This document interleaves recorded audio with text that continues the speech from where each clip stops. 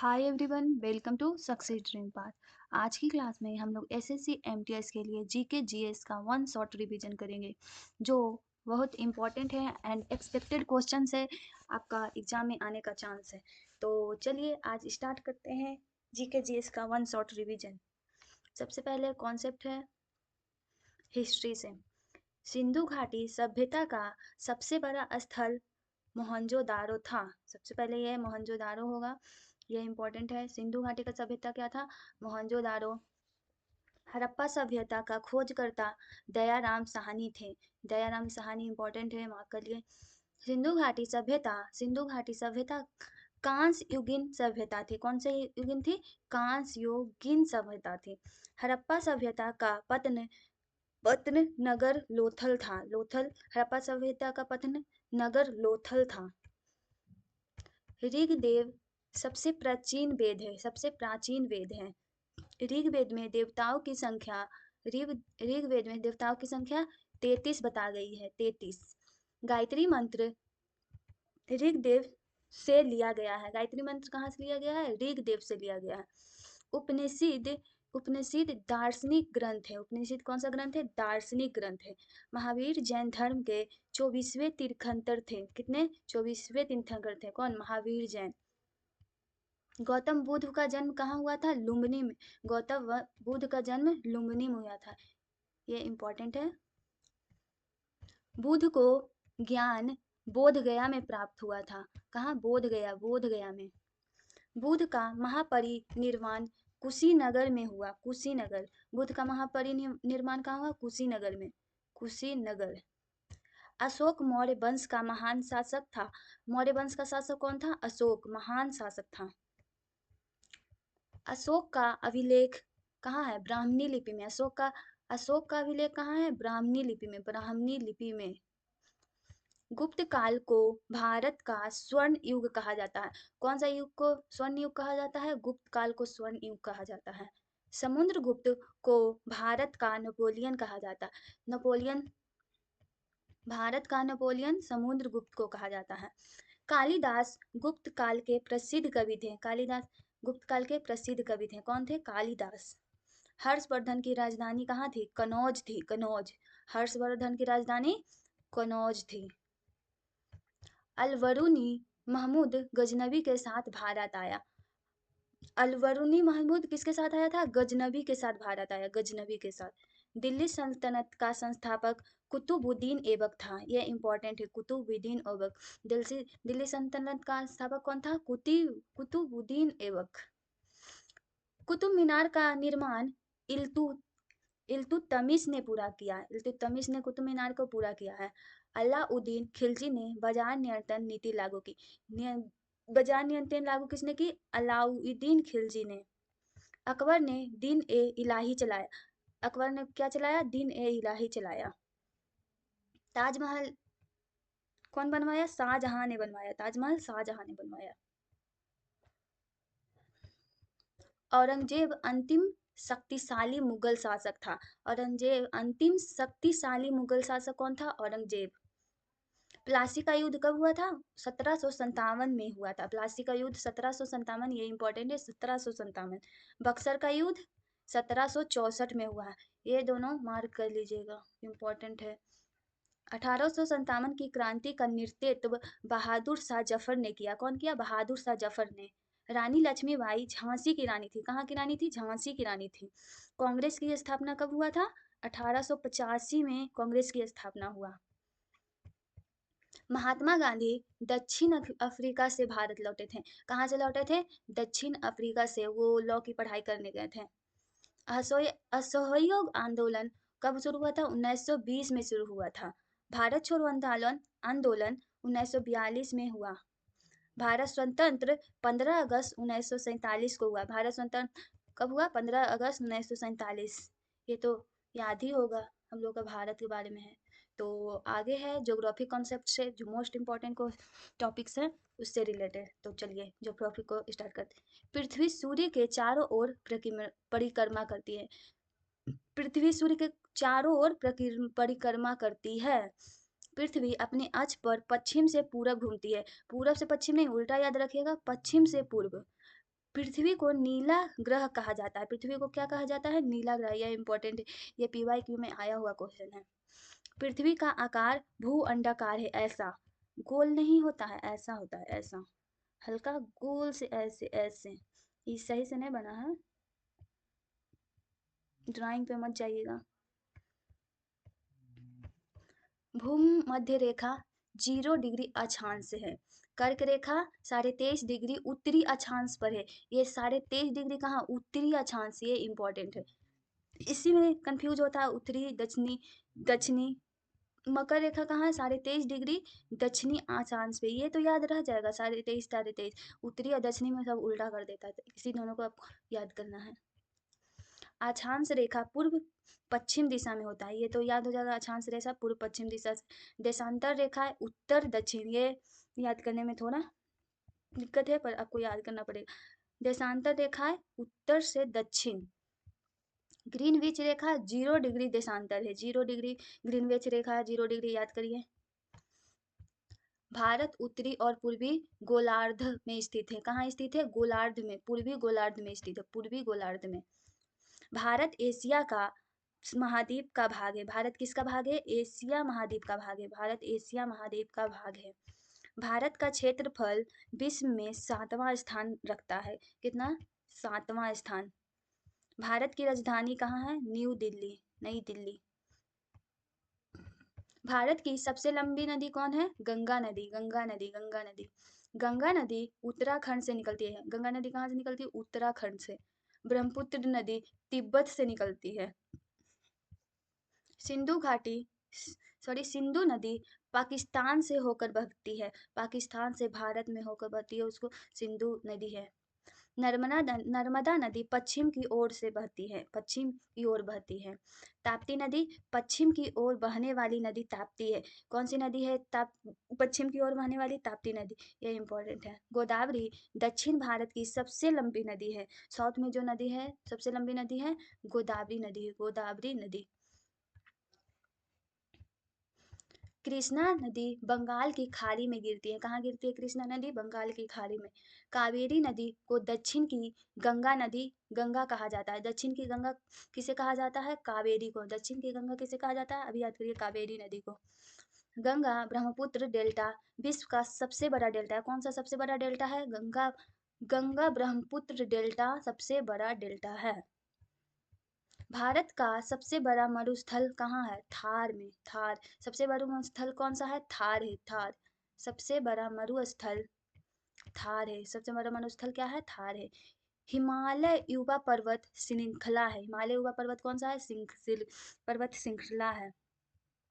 हिमालय को 3 भागों में बांटा गया। हिमालय के कितने भागों में बांटा गया? 3 भागों में। शिवालिक हिमालय की सबसे निचली श्रेणी है, हिमाद्री हिमालय की सबसे ऊंची श्रेणी है। भारत की सबसे ऊंची चोटी कौन सी है? कंचनजंगा। भारत की सबसे ऊंची चोटी, सबसे ऊंची चोटी कौन सी? कंचनजंगा। विश्व की सबसे ऊंची चोटी माउंट एवरेस्ट, ये इंपॉर्टेंट है। विश्व की सबसे ऊंची चोटी माउंट एवरेस्ट। दक्कन का पठार प्राचीन भूभाग है। कौन सा है? दक्कन का पठार प्राचीन भूभाग है। अरावली पर्वतमाला भारत की सबसे पुरानी पर्वतमाला है। अरावली पर्वतमाला कौन सी है? भारत की सबसे पुरानी पर्वतमाला है। पश्चिमी घाट पूर्वी घाट से ऊंचे हैं। पश्चिमी घाट क्या है? पूर्वी घाट से ऊंचा है, ऊंचा। किससे ऊंचा है? पूर्वी घाट से। पश्चिमी घाट को सह्याद्री भी कहते हैं। पश्चिमी घाट को क्या कहते हैं? सह्याद्री भी कहते हैं। पूर्वी घाट बंगाल की खाड़ी के समांतर है। पूर्वी घाट क्या है? बंगाल की खाड़ी के समांतर है। भारत में कुल कितने राज्य हैं? 28 राज्य, कुल 28 राज्य है। भारत में 8 केंद्र शासित प्रदेश है। राजस्थान क्षेत्रफल में सबसे बड़ा राज्य है। कौन सा राज्य सबसे बड़ा है? राजस्थान। गोवा क्षेत्रफल में सबसे बड़ा, सबसे छोटा राज्य है। सबसे छोटा राज्य कौन सा है? गोवा। उत्तर प्रदेश जनसंख्या में सबसे बड़ा राज्य है। कौन सा सबसे बड़ा जनसंख्या में ज्यादा है? उत्तर प्रदेश। सिक्किम जनसंख्या में सबसे छोटा राज्य है। ये भी इंपॉर्टेंट है, ये भी इंपॉर्टेंट है, ये चारों इंपॉर्टेंट है। भारत की तट रेखा लगभग 7516 किलोमीटर है। कितना है तट रेखा भारत की? 7516 किलोमीटर। भारत की पश्चिम में अरब सागर है। भारत के पश्चिम में अरब सागर है। कहाँ है? भारत के पश्चिम में अरब सागर है। भारत के पूर्व में बंगाल की खाड़ी, भारत के पश्चिम में अरब सागर और भारत के पूर्व में बंगाल की खाड़ी, भारत के दक्षिण में हिंद महासागर।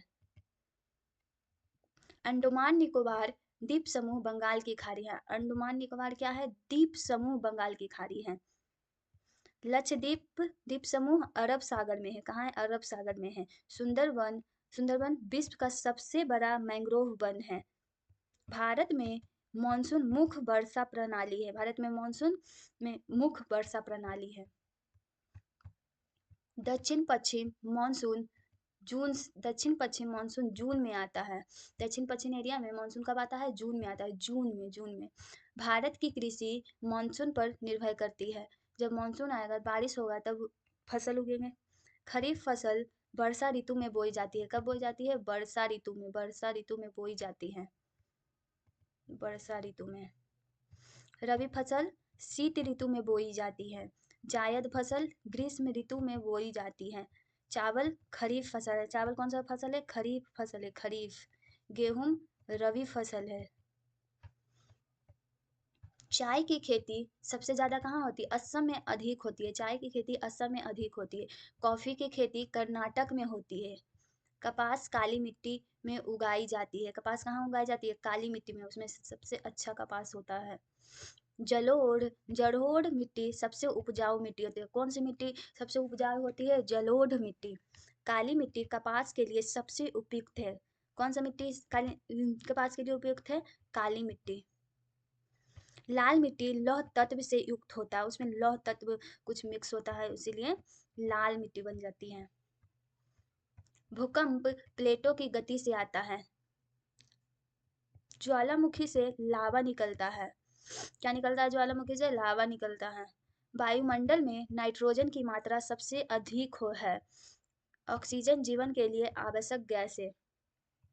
ओजोन परत यूवी किरणों से रक्षा करती है। कौन सी यूवी करने से रक्षा करती है? ओजोन परत। जल चक्र में वाष्पीकरण और वर्षा शामिल है। क्या शामिल है? वर्षा शामिल है जल चक्र और वाष्पीकरण में। भारत उष्णकटिबंधीय मानसूनी जलवायु वाला देश है। भारत कौन सा है? जलवायु वाला उष्णकटिबंधीय मानसूनी जलवायु वाला देश है। तो यहाँ पे ज्योग्राफी खत्म हुआ, पॉलिटी स्टार्ट करते हैं। Most important points. भारत का संविधान दुनिया का सबसे लंबा लिखित संविधान है। जो रिटेन संविधान है भारत का ही संविधान है, और वो भी सबसे लंबा लिखित संविधान है। भारत संविधान 26 जनवरी 1950 को लागू हुआ। कब लागू हुआ? 26 जनवरी 1950 को लागू हुआ। संविधान सभा का गठन कब हुआ? 1946 में। ये सब इम्पोर्टेंट है, ये सब एग्जाम में आने का चांस बहुत है। संविधान सभा के अध्यक्ष डॉक्टर राजेंद्र प्रसाद थे। संविधान के प्रारूप समिति के अध्यक्ष डॉक्टर भीमराव अंबेडकर। ये तो सबको याद होगा, बचपन से पढ़ता है डॉक्टर भीमराव अंबेडकर के बारे में। भारतीय संविधान का स्रोत विभिन्न देशों से लिया गया है। भारतीय संविधान विभिन्न स्रोत विभिन्न देशों से लिया गया है।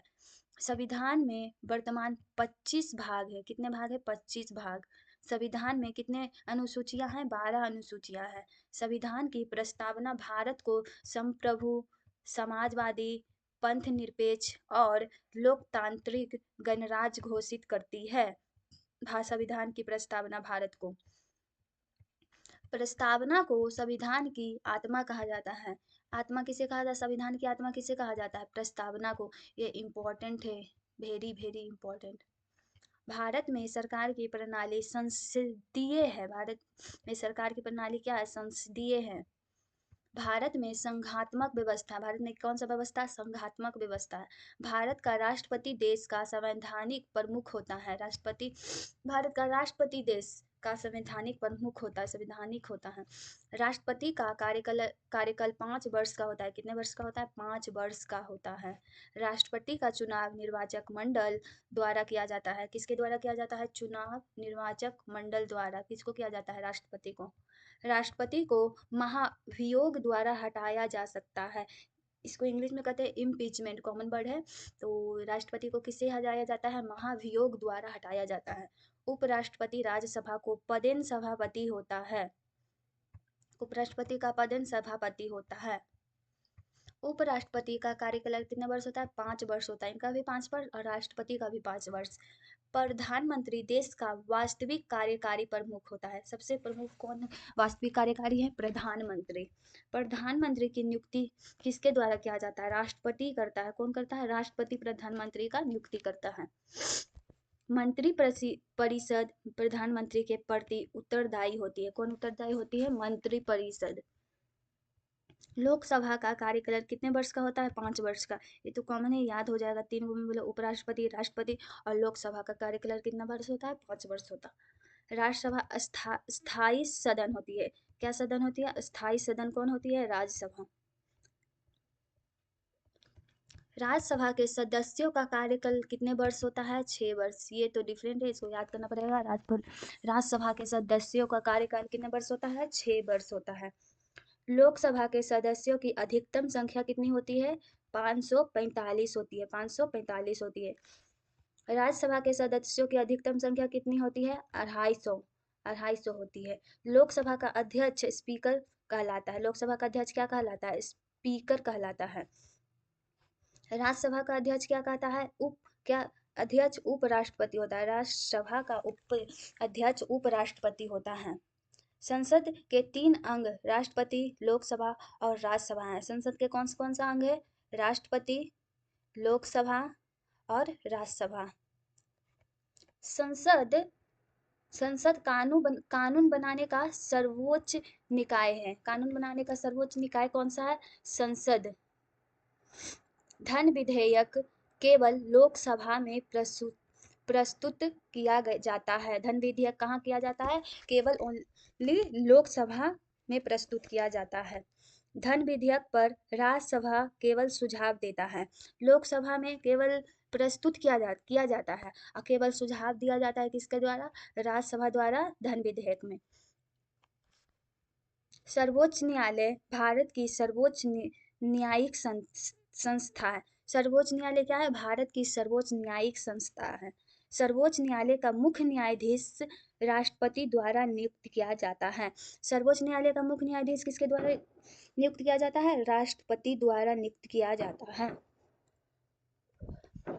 उच्च न्यायालय राज्यों में सर्वोच्च न्यायालय होता है। उच्च न्यायालय राज्यों में सर्वोच्च कौन होता है? सर्वोच्च न्यायालय कौन सा होता है? उच्च न्यायालय।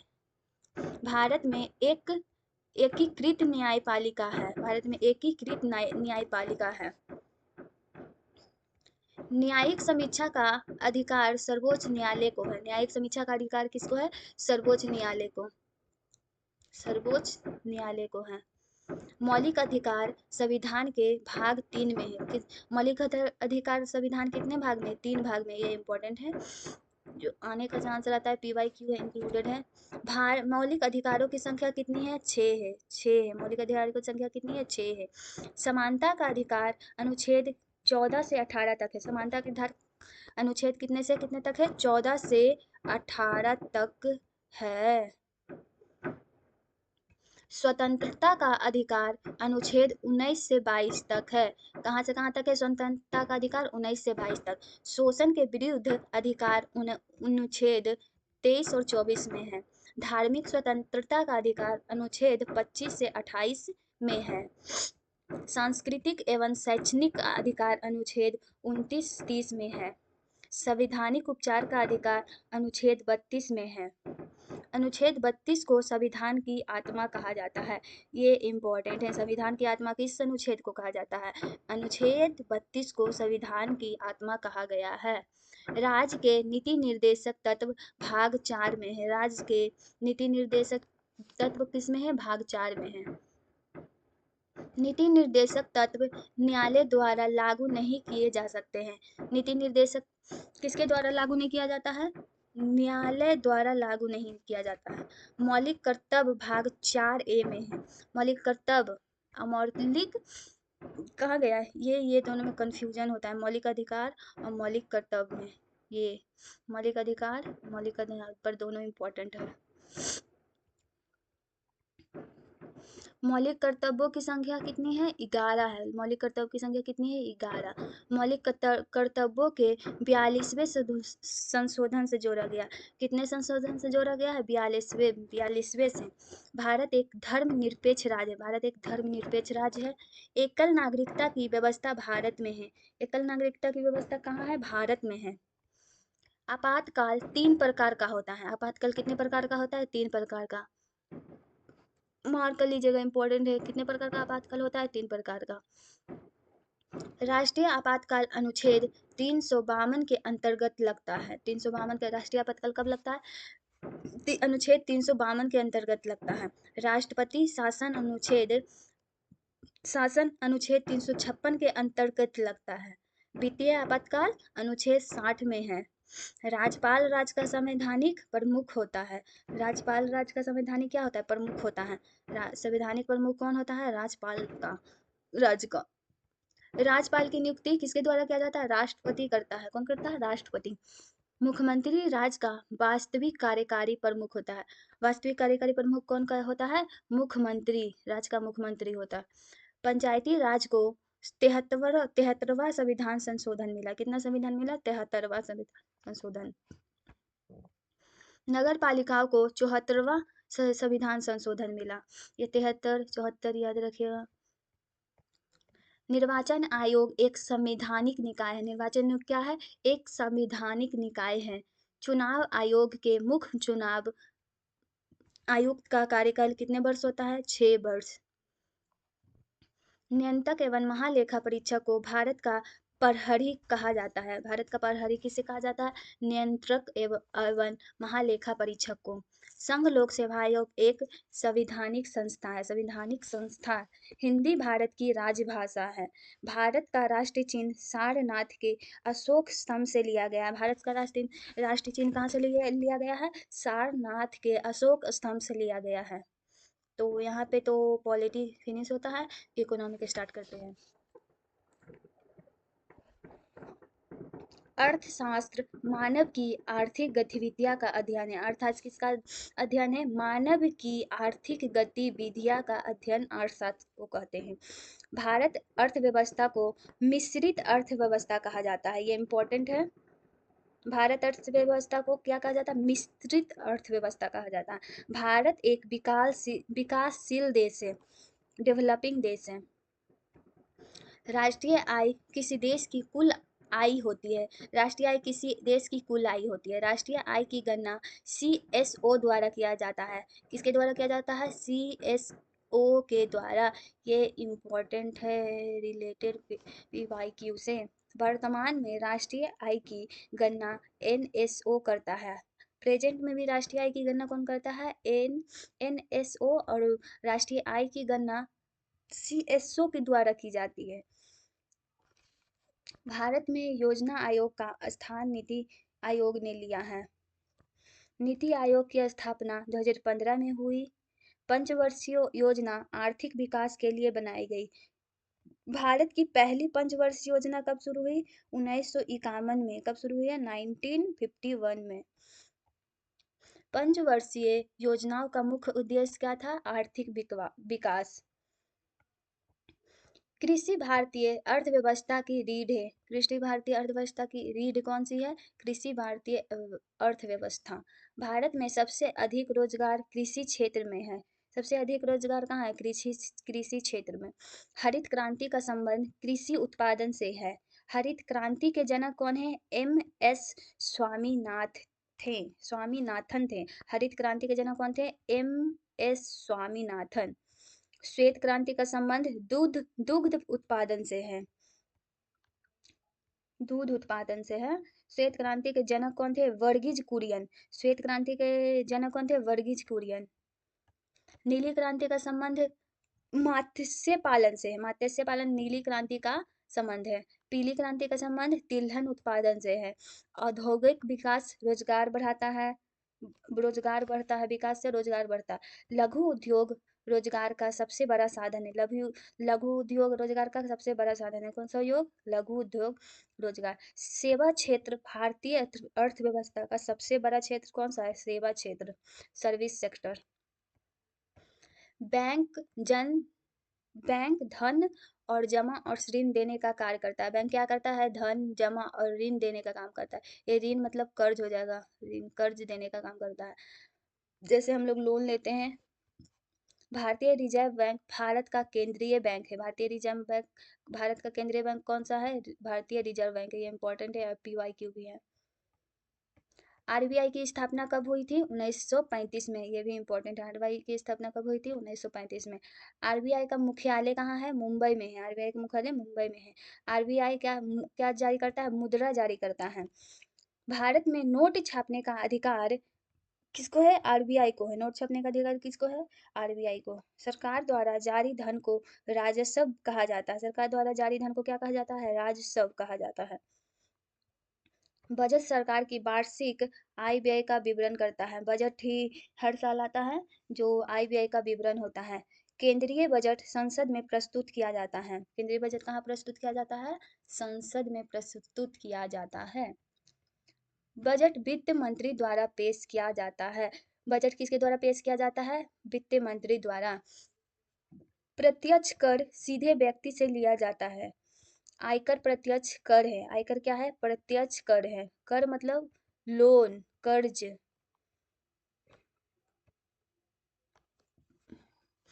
प्रत्यक्ष कर लोन नहीं होता है। कर मतलब टैक्स होता है, जो हम लोग टैक्स देते हैं वो सब आयकर में भरते हैं, वो सब है। अप्रत्यक्ष कर बस्तियों पर लगाया जाता है। टैक्स जो लगाया जाता है, CGST, SGST, वही सब। जीएसटी एक अप्रत्यक्ष कर है। जीएसटी कब लागू हुआ है? 1 जुलाई 2017 से लागू हुआ है। कब लागू हुआ है? 1 जुलाई 2017 से जीएसटी लागू हुआ है। ये इम्पोर्टेंट है, वेरी वेरी इम्पोर्टेंट। जीएसटी की को वस्तु एवं सेवा कर कहते हैं। मुद्रास्फीति का अर्थ कीमतों में वृद्धि करना है। महंगाई से क्रय शक्ति घटती है। महंगाई करेगा तो क्रय शक्ति घट जाएगी। थोक मूल्य सूचकांक से महंगाई मापी जाती है। महंगाई किससे नापी जाती है? थोक मूल्य सूचकांक से। उपभोक्ता मूल्य सूचकांक खुदरा महंगाई दर्शाता है। खुदरा महंगाई दर कौन दर्शाता है? उपभोक्ता मूल्य सूचकांक दर्शाता है। बेरोजगारी का अर्थ काम ना मिलना। बेरोजगारी का अर्थ क्या है? काम ना मिलना। मौसमी बेरोजगारी कृषि क्षेत्र में पाई जाती है। मौसमी बेरोजगारी कहाँ पाई जाती है? कृषि क्षेत्र में पाई जाती है। छिपी बेरोजगारी भारत की प्रमुख समस्या है। प्रमुख समस्या क्या है? छिपी बेरोजगारी, जो हिडन अनएम्प्लॉयमेंट है, एम्प्लॉयमेंट है। गरीबी रेखा न्यूनतम जीवन स्तर दर्शाती है। क्या दर्शाती है? जीवन स्तर। गरीबी उन्मूलन सरकारी योजना का उद्देश्य है। क्या योजना का उद्देश्य है? गरीबी उन्मूलन सरकारी। आर्थिक विकास का अर्थ क्या है? आय में वृद्धि। जब इनकम बढ़ेगा तो आर्थिक विकास भी बढ़ेगा। आर्थिक वृद्धि का अर्थ क्या है? उत्पादन में वृद्धि, प्रोडक्शन भी बढ़ेगा। निर्यात से विदेशी मुद्रा मिलती है। निर्यात से क्या मिलती है? विदेशी मुद्रा। आयात आयात से विदेशी मुद्रा खर्च करता है। आयात विदेशी मुद्रा खर्च करता है। व्यापार संतुलन निर्यात आयात का अंतर है। व्यापार संतुलन क्या इसका अंतर है? निर्यात और आयात का, इम्पोर्ट एंड एक्सपोर्ट का। भुगतान संतुलन विदेशी लेन देन का लेखा है। भुगतान संतुलन किसका लेखा है? विदेशी लेन देन का लेखा कौन करता है? भुगतान संतुलन। सार्वजनिक क्षेत्र सरकार के नियंत्रण में होता है। निजी क्षेत्र निजी व्यक्तियों को के नियंत्रण में होता है। सहकारी क्षेत्र सामूहिक स्वामित्व पर आधारित है। FDI का अर्थ क्या होता है? विदेशी निवेश। FDI का अर्थ क्या होता है? विदेशी निवेश। उदारीकरण आर्थिक प्रतिबंध कम हुए। उदारीकरण से क्या कम हुआ है? आर्थिक प्रतिबंध कम हुए हैं। निजीकरण से निजी क्षेत्र को बढ़ावा मिला है। क्या मिला है? बढ़ावा मिला। किसको मिला है? निजी क्षेत्र को, निजीकरण से।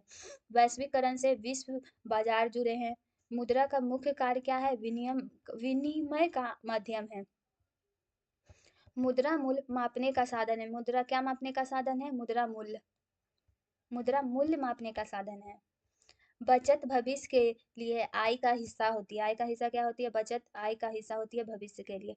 निवेश से उत्पादन बढ़ाता है। निवेश से क्या बढ़ाता है? उत्पादन बढ़ाता है। स्टॉक एक्सचेंज में शेयरों का व्यापार होता है। क्या शेयरों का व्यापार कहाँ होता है? स्टॉक एक्सचेंज में। बम्बई स्टॉक एक्सचेंज भारत का सबसे पुराना शेयर बाजार है। सबसे पुराना शेयर बाजार कहाँ है? बम्बई में। बम्बई में इंपॉर्टेंट है।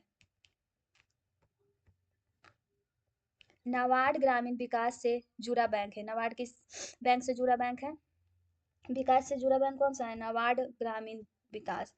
सिडबी लघु उद्योगों का ऋण देता है। सिडबी उद्योगों को क्या देता है? ऋण देता है, कर्ज देता है। सार्वजनिक वितरण प्रणाली गरीबों को सस्ता अनाज देती है।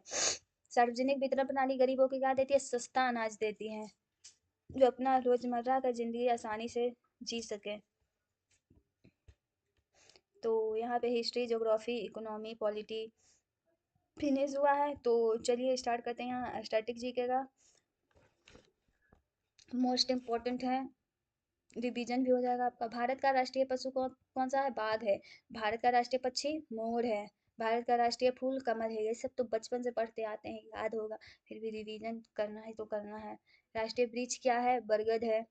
राष्ट्रीय फल क्या है? आम है। भारत का राष्ट्रीय नदी गंगा है।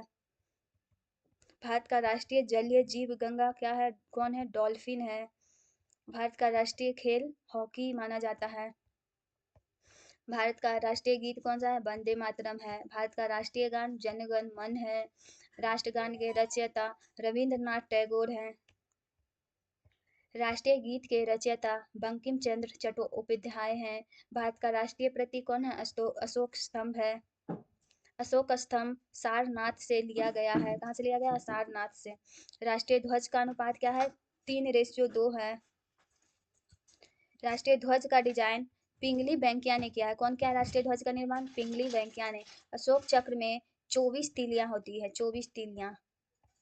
भारत का आदर्श वाक्य सत्यमेव जयते है। भारत का आदर्श वाक्य कौन सा है? सत्यमेव जयते। सत्यमेव जयते मुंडकोपनिषद से लिया गया है। सत्यमेव जयते कहाँ से लिया गया है? मुंडकोपनिषद से लिया गया है। भारत का संविधान विश्व का सबसे लंबा लिखित संविधान है। विश्व का लंबा और लिखित संविधान कौन सा है? भारत का ही संविधान है। ये इम्पोर्टेंट है, आने का चांस है। भारत की राजधानी क्या है? नई दिल्ली है। भारत का मुद्रा क्या है? रुपया है। रुपये का चिन्ह रूपी है। भारत रिजर्व बैंक का मुख्यालय कहाँ है? मुंबई में। भारत रिजर्व बैंक का मुख्यालय कहाँ है? मुंबई में। भारत की प्रथम महिला प्रधानमंत्री कौन है? इंदिरा गांधी थी। कौन थी? इंदिरा गांधी। भारत के प्रथम राष्ट्रपति कौन थे? डॉक्टर राजेंद्र प्रसाद थे। भारत के प्रथम प्रधानमंत्री जवाहरलाल नेहरू थे। जवाहरलाल नेहरू। प्रथम प्रधानमंत्री जवाहरलाल नेहरू। भारत के प्रथम उपराष्ट्रपति डॉक्टर सर्वपल्ली राधाकृष्ण थे। भारत के प्रथम गवर्नर जनरल लॉर्ड माउंटबेटन थे। भारत के प्रथम भारतीय गवर्नर जनरल सी राजगोपालाचारी थे। भारत का सर्वोच्च नागरिक सम्मान भारत रत्न है। भारत का सर्वोच्च नागरिक सम्मान क्या है? भारत रत्न। भारत रत्न की शुरुआत कब हुई थी? 1954 में हुई थी। पद्म पुरस्कार 3 श्रेणियों में दिए जाते हैं। पद्म पुरस्कार कितने श्रेणी में दिया जाता है? 3 श्रेणी में। पद्म पुरस्कार गणतंत्र दिवस पर घोषित होते हैं। कब घोषित होते हैं? गणतंत्र दिवस पर। दादा साहेब फाल्के पुरस्कार सिनेमा से जुड़ा हुआ है। सिनेमा से कौन सा पुरस्कार जुड़ा हुआ है? दादा साहेब फाल्के। खेल रत्न पुरस्कार अब मेजर ध्यानचंद खेल रत्न कहलाता है। क्या कहलाता है? मेजर ध्यानचंद खेल रत्न। अर्जुन पुरस्कार खेल क्षेत्र में दिया जाता है। कौन सा पुरस्कार खेल क्षेत्र में दिया जाता है? अर्जुन पुरस्कार। कौन सा? अर्जुन पुरस्कार खेल क्षेत्र में दिया जाता है। और ये सिनेमा में कौन सा दिया जाता है? दादा साहेब फाल्के। ज्ञानपीठ पुरस्कार किससे संबंधित है? साहित्य से संबंधित है। भारत का सर्वोच्च न्यायालय नई दिल्ली में है। कहाँ है? नई दिल्ली में। भारत की सबसे बड़ी अदालत सर्वोच्च न्यायालय है। भारत का सबसे ऊंचा न्यायालय सर्वोच्च न्यायालय है। बड़ी और ऊंचा भी है। ये अदालत है, ये न्यायालय है, इसमें कंफ्यूजन होना है, पर दोनों का आंसर सेम होगा, सर्वोच्च न्यायालय और सर्वोच्च न्यायालय। लोकसभा का कार्यकाल 5 वर्ष से होता है। कितने वर्ष का होता है? 5 वर्ष का लोकसभा का कार्यकाल होता है। राज्यसभा एक अस्थाई सदन है। राज्यसभा क्या है? एक अस्थाई सदन है। भारत में कुल 28 राज्य है। भारत में कितने राज्य हैं? 28 राज्य। भारत में 8 केंद्र शासित प्रदेश हैं। भारत का सबसे बड़ा राज्य क्षेत्रफल में राजस्थान है। भारत का सबसे छोटा राज्य क्षेत्रफल में गोवा है। भारत का सबसे अधिक जनसंख्या वाला राज्य उत्तर प्रदेश है। भारत का सबसे कम जनसंख्या वाला राज्य सिक्किम है। भारत की सबसे लंबी नदी गंगा है। भारत का सबसे बड़ा बांध भाखड़ा नागल है। भारत की सबसे ऊंची चोटी कंचनजंगा है। भारत का सबसे बड़ा मरुस्थल थार है। भारत की सबसे लंबी तट रेखा गुजरात की है। भारत का सबसे व्यस्त बंदरगाह मुंबई में है। भारत का सबसे पुराना बंदरगाह चेन्नई है। भारत का सबसे बड़ा गुरुद्वारा स्वर्ण मंदिर है। स्वर्ण मंदिर अमृतसर में स्थित है। स्वर्ण मंदिर कहाँ? अमृतसर में। भारत का सबसे बड़ा मस्जिद जामा मस्जिद है। जामा मस्जिद दिल्ली में स्थित है। कहाँ स्थित है? दिल्ली में। भारत का सबसे बड़ा चर्च सेंट कैथेड्रल चर्च है। कुतुब मीनार कहाँ है? दिल्ली में स्थित है। कुतुब मीनार दिल्ली में स्थित है। कुतुब मीनार की ऊंचाई लगभग 73 मीटर है। यह इंपॉर्टेंट है, पीवाईक्यू है आने का 100% चांस है। इसको नोट कर लीजिएगा, अभी याद कर लीजिए। ताजमहल आगरा में स्थित है। ये सबको पता होगा, ऐसा कोई नहीं होगा स्टूडेंट की पता नहीं होगा। ताजमहल को प्रेम का प्रतीक कहा जाता है। किसको क्या कहा जाता है? प्रेम का प्रतीक। चार मीनार हैदराबाद में स्थित है। हवा महल जयपुर में स्थित है। इंडिया गेट नई दिल्ली में स्थित है। संसद भवन नई दिल्ली में स्थित है। कौन कौन कौन कौन ताजमहल और इंडिया गेट गया है? कमेंट में करिएगा कि हम गए हैं। राष्ट्रपति भवन नई दिल्ली में है स्थित है। भारत का सबसे बड़ा स्टेडियम नरेंद्र मोदी स्टेडियम है। नरेंद्र मोदी स्टेडियम अहमदाबाद में स्थित है। ये स्टेडियम किसने किसने देखा है? कमेंट में करिएगा कि मैंने देखा है। भारत का सबसे बड़ा पुस्तकालय नेशनल लाइब्रेरी कोलकाता है।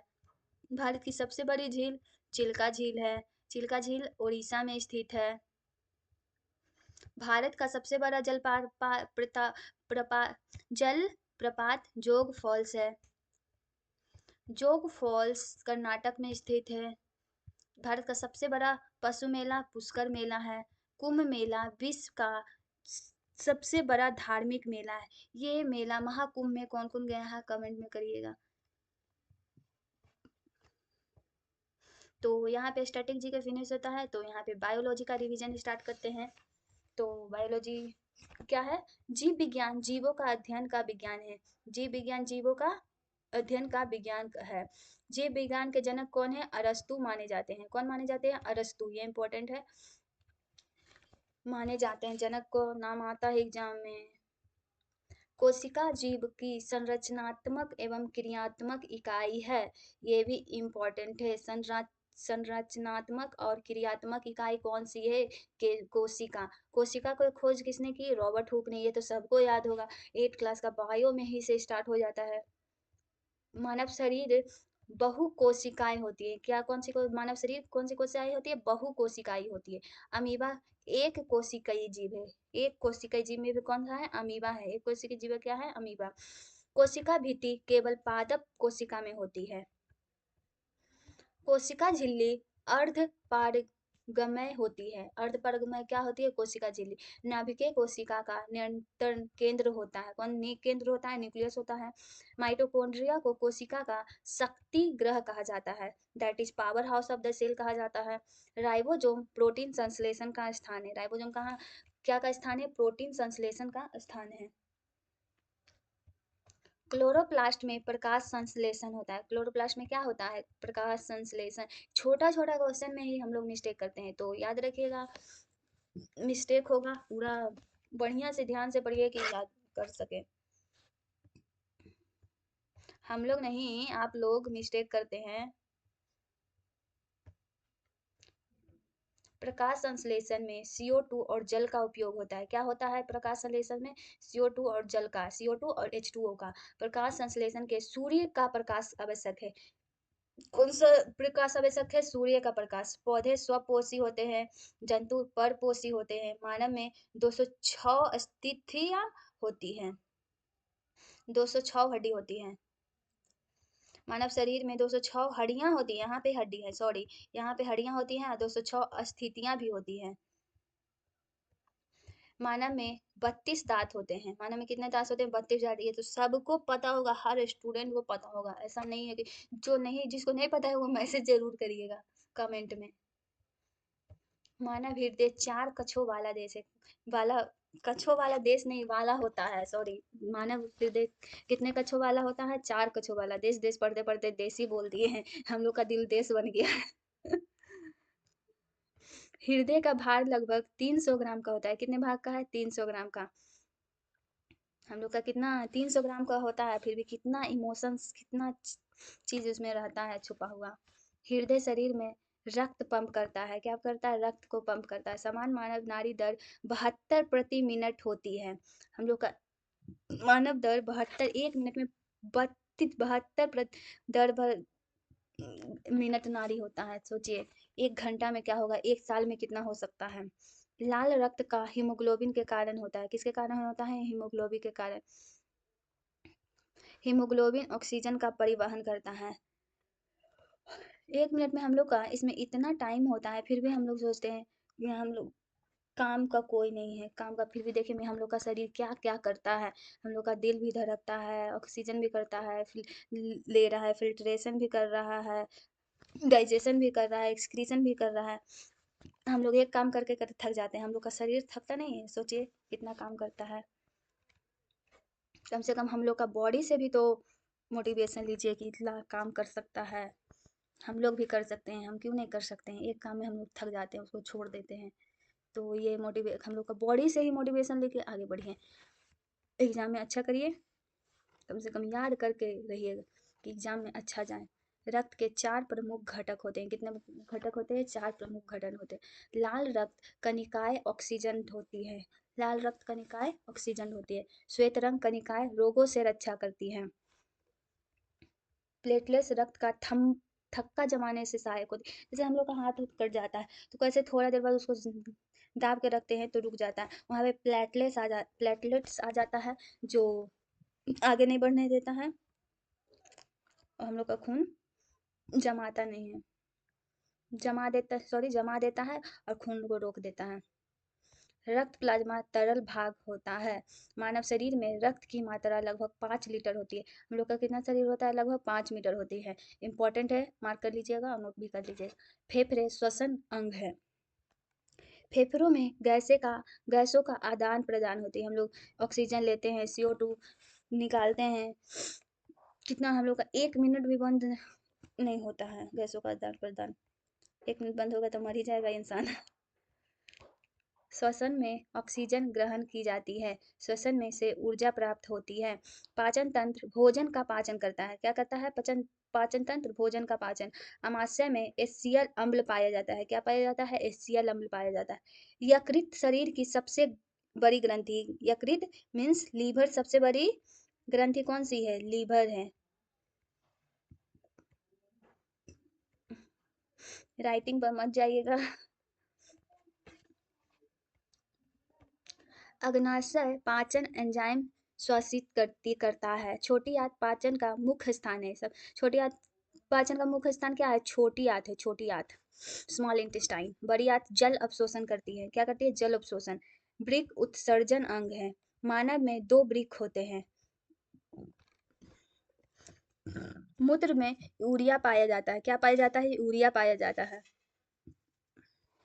मस्तिष्क शरीर का नियंत्रण केंद्र है। नियंत्रण केंद्र कौन सा है? मस्तिष्क है, हमारा माइंड है। मस्तिष्क 3 भागों में बांटा गया। कितने भागों में बांटा गया है? 3 भागों में। सेरिब्रम बुद्धि का केंद्र है। हम लोग बुद्धि जो होता है, सेरिबेलम संतुलन बनाए रखता है। मेडुला श्वसन नियंत्रित करता है। तंत्रिका तंत्र समन्वय करता है। हार्मोन अंतःस्रावी ग्रंथियों से निकलते हैं। थायरोक्सिन थायरॉइड ग्रंथि से निकलता है। इंसुलिन अग्नाशय से स्रावित होता है। इंसुलिन की कमी से मधुमेह होता है। आजकल कॉमन हो गया, हर कोई के डायबिटीज हो रहा है।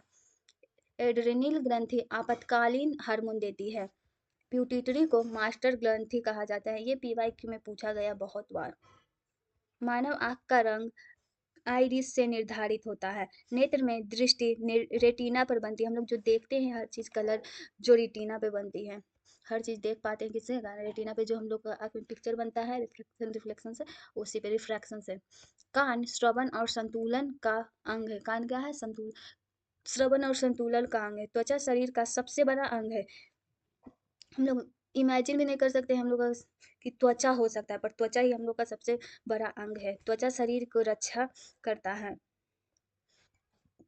पसीना त्वचा द्वारा निकलता है। पसीना किसके द्वारा? ये तो सबको पता होगा, हर कोई को पसीना निकलता हो, कोई ऐसा व्यक्ति नहीं कि पसीना नहीं निकलता होगा। पौधे में जड़ जल अवशोषित करती है। जड़ जल अवशोषित करती है। तना पौधे को सहारा देती है। देता है, देता है, देती है। पत्ती में प्रकाश संश्लेषण होता है। प्रकाश संश्लेषण कहाँ होता है? पत्ती में। फूल प्रजनन अंग है। फूल क्या है? प्रजनन अंग है। परागन नर से मादा भाग तक पराग का स्थानांतरण है। निषेचन से बीज बनता है। निषेचन से क्या बनता है? बीज बनता है। बीज से नया पौधा बनता है। मानव में लिंग निर्धारण पिता द्वारा होता है। किसके द्वारा होता है? पिता द्वारा। अनुवांशिकता गुणों का अध्ययन का स्थानांतरण है। ग्रेगर मेंडल अनुवांशिकी के जनक हैं। ग्रेगर मेंडल अनुवांशिकी के जनक हैं। डीएनए अनुवांशिक पदार्थ है। क्या है? अनुवांशिक पदार्थ है। आरएनए प्रोटीन संश्लेषण में सहायक है। कौन सा सहायक? आरएनए क्या है? अरे यार, संश्लेषण में सहायक है। प्रोनाउंसिएशन कभी कभी गलत हो जाता है।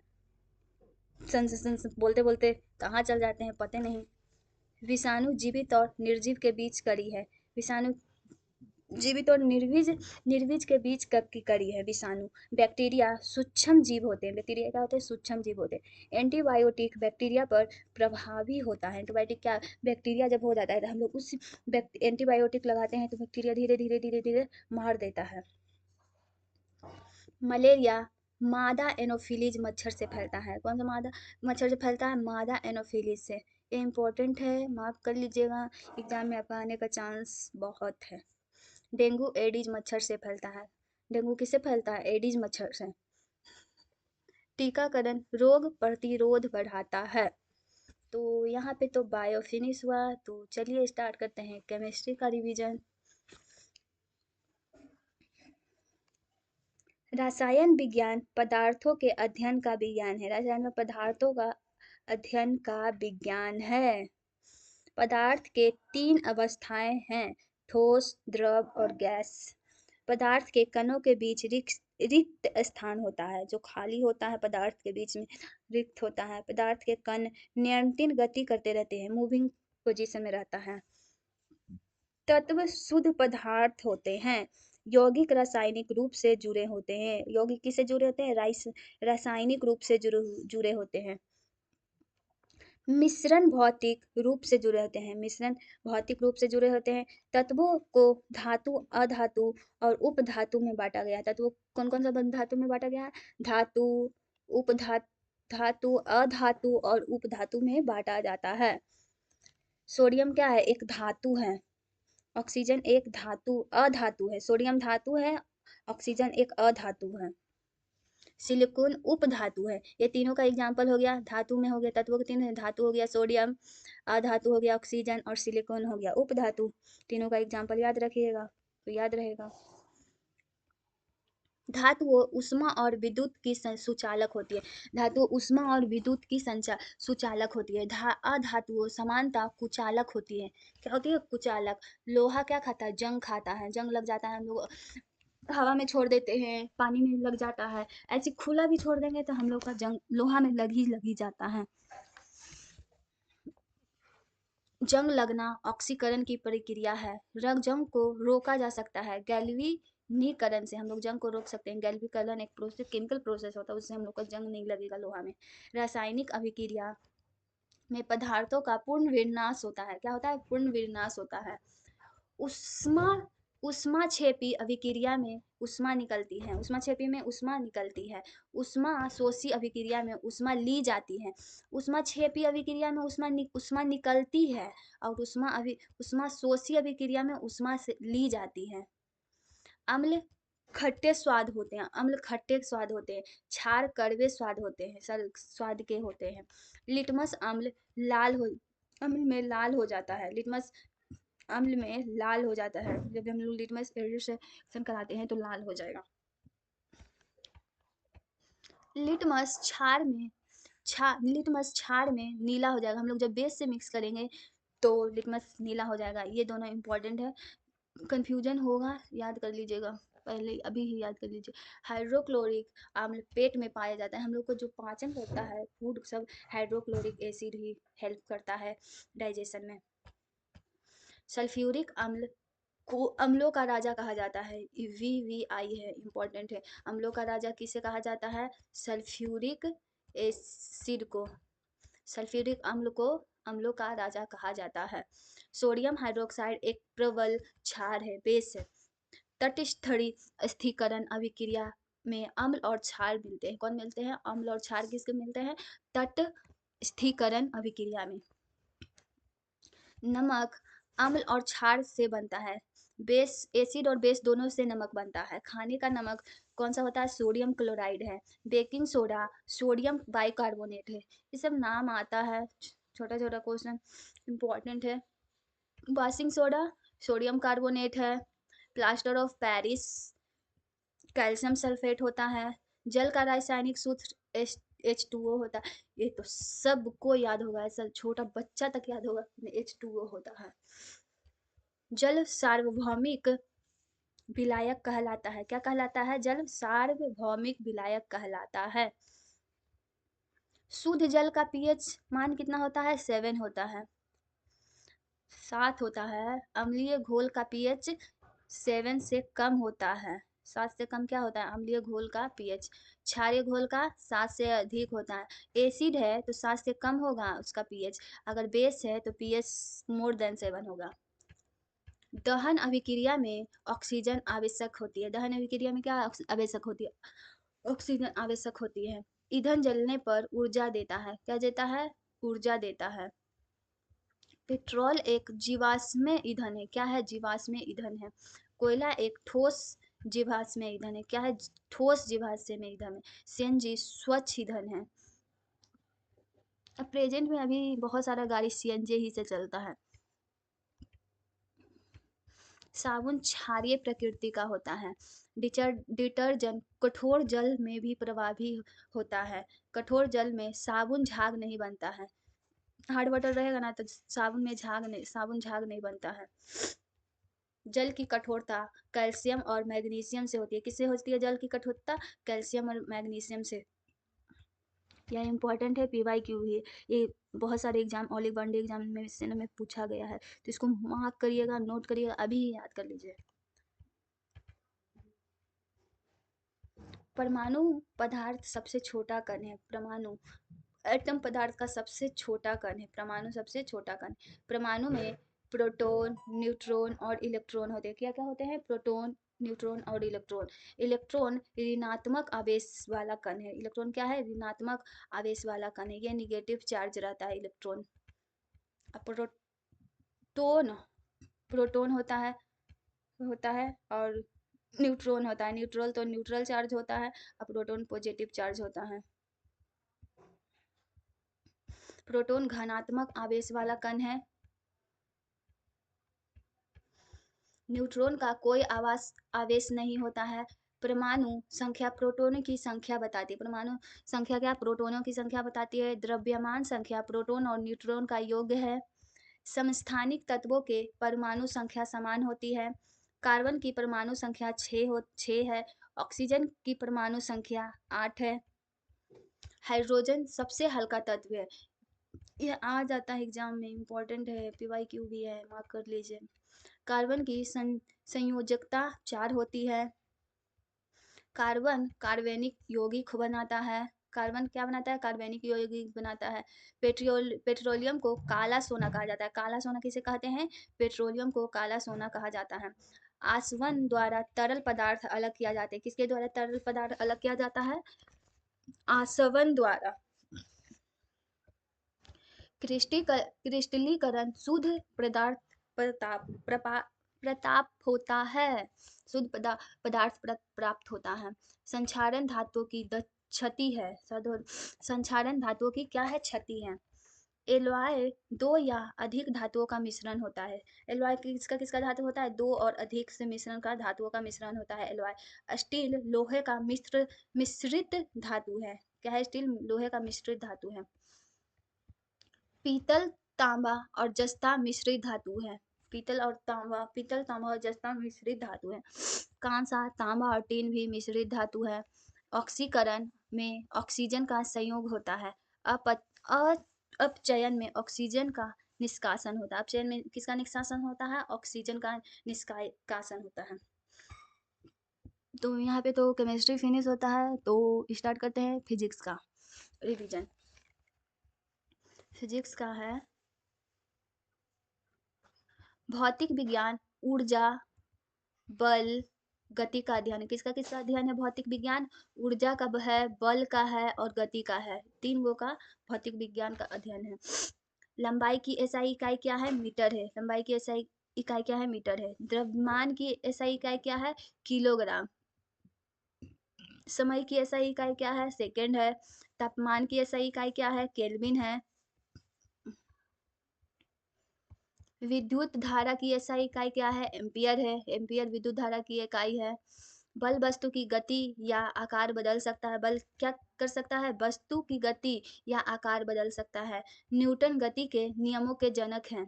न्यूटन गति के नियमों को जनक है। कौन गति के नियमों को जनक है? न्यूटन। न्यूटन का प्रथम नियम जड़ तत्व का नियम है। क्या है नियम न्यूटन का? जड़ तत्व का नियम है।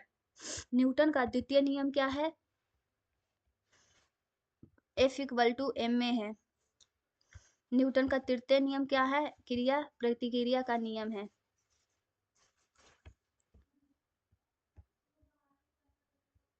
जड़ तत्व द्रव्यमान पर निर्भर करता है। क्या पर निर्भर करता है? द्रव्यमान पर।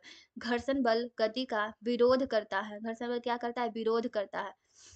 गुरुत्वाकर्षण बल पृथ्वी की ओर खींचता है। हम लोग कोई भी सामान ऊपर फेंकते हैं तो झट से ना नीचे आ जाता है, वही गुरुत्वाकर्षण बल होता है जो नीचे की ओर खींचता है। दैट इज ग्रेविटेशनल फोर्स है। पृथ्वी का गुरुत्व त्वरण 9.8 मीटर पर सेकेंड स्क्वायर है। क्या है? 9.8 मीटर स्क्वायर। ये इंपॉर्टेंट है, याद कर लीजिए अभी। भार गुरुत्व पर निर्भर करता है। किस पे करता है? गुरुत्व पर। द्रव्यमान स्थान बदलने से नहीं बदलता है। द्रव्यमान स्थान बदलने से नहीं बदलता है। कार्य बल और विस्थापन का गुणनफल है। कार्य की इकाई एसआई इकाई क्या है? जूल है। ऊर्जा कार्य करने की क्षमता है। ऊर्जा क्या है? कार्य करने की क्षमता है। जब हम लोग को एनर्जी रहता है तो हम लोग कोई भी काम कर सकते हैं। जब लोग हम लोग का एनर्जी नहीं रहेगा तो क्या काम करेंगे? कुछ नहीं करेंगे। पर एग्जाम रहेगा तो एनर्जी भी नहीं रहेगा तो फिर भी पढ़ना ही पड़ेगा। तो आप लोग जैसे पढ़ रहे हैं दिन रात करके। ऊर्जा की एसआई इकाई जूल है। शक्ति कार्य करने की दर है। शक्ति एसआई इकाई क्या है? वॉट है। गतिज ऊर्जा गति से संबंधित होती है। स्थितिज ऊर्जा स्थिति से संबंधित होती है। यांत्रिक ऊर्जा गतिज और स्थितिज ऊर्जा का योग है। ऊष्मा ऊर्जा का एक प्रारूप है। ऊष्मा सदैव गर्म वस्तु से ठंडी वस्तु की ओर जाती है। ताप ऊर्जा का मापन है। तापमान पदार्थ की गर्मी या ठंडक बताता है। थर्मामीटर ताप मापने का यंत्र है। क्या? ताप मापने का यंत्र क्या है? थर्मामीटर। थर्मामीटर हर कोई नापता होगा भी। ऊष्मा का संचरण 3 प्रकार से होता है। क्या होता है? 3 प्रकार से होता है। चालन ठोस में ऊष्मा का संरचन है। संवहन द्रव और गैस में ऊष्मा का संचरण है। विकिकरण माध्यम के बिना होता है। विकिकरण बिना माध्यम के बिना होता है। ध्वनि यांत्रिक तरंग है। कौन सा तरंग है? यांत्रिक तरंग। ध्वनि के लिए माध्यम बहुत आवश्यक है। आवश्यक क्या? बहुत आवश्यक है। ध्वनि निर्वात में नहीं चलती है। ध्वनि का इसमें निर्वात में नहीं चलती है। ध्वनि की गति ठोस में अधिक होती है। किसमें अधिक होती है? ठोस में अधिक होती है। ध्वनि की एसआई क्या क्या है? हर्ट्ज है। आवर्ती ध्वनि की तीव्रता बताती है। प्रवर्तन से प्रतिध्वनि बनती है। प्रकाश विद्युत चुंबकीय तरंग है। क्या है? चुंबकीय तरंग। प्रकाश की गति निर्वात में सबसे अधिक होती है। सबसे अधिक कहाँ होती है? प्रकाश की गति निर्वात में सबसे अधिक होती है। प्रकाश सीधी रेखा में चलता है। कौन सी रेखा में चलता है? सीधी रेखा में। परावर्तन में आपतन कोण बराबर परावर्तन कोण होता है। दर्पण प्रकाश का परावर्तन करते हैं। अवतल दर्पण आवर्धन कर सकता है। क्या कर सकता है? आवर्धन। उत्तल दर्पण विस्तृत दृश्य होता है, देता है। अपवर्तन माध्यम बदलने पर होता है। लेंस 2 प्रकार के होते हैं। कितने प्रकार के होते हैं लेंस? 2 प्रकार के। उत्तल लेंस अभिसारी लेंस होता है, अवतल लेंस अपसारी लेंस होता है। मानव आँख उत्तल लेंस की तरह कार्य करती है। मानव लेंस किसकी तरह करती है? उत्तल लेंस की तरह। ये इम्पोर्टेंट है, पूछा जाता है कि आँख किस तरह के कार्य करती है, उत्तल लेंस या अवतल लेंस? तो आंसर होगा उत्तल लेंस की। रेटिना पर प्रतिबिंब बनता है। हम लोग का जो देख पाते हैं, जो कैसे देख पाते हैं? रेटिना पे इमेज बनता है तो हम लोग देख पाते हैं। दृष्टि दोष की चश्मे से सुधारा जाता है।